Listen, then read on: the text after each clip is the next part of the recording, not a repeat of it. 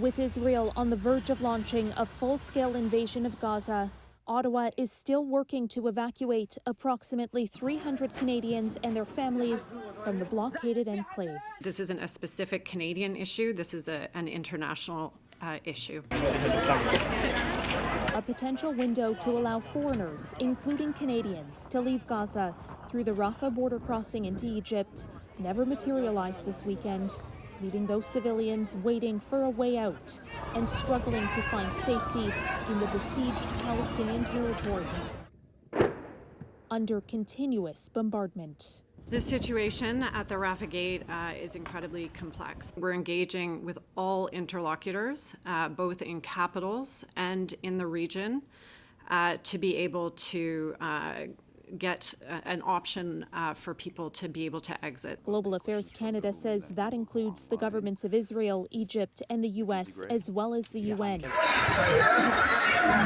But intense negotiations on a limited reopening of the border have so far yielded no agreement that is acceptable to all parties. We are extremely hopeful that that border will open, and we know that our partners in the U.S. are working really intensively on trying to secure agreement for that border to open. The Rafah crossing is also one of the only viable entry points for aid into Gaza.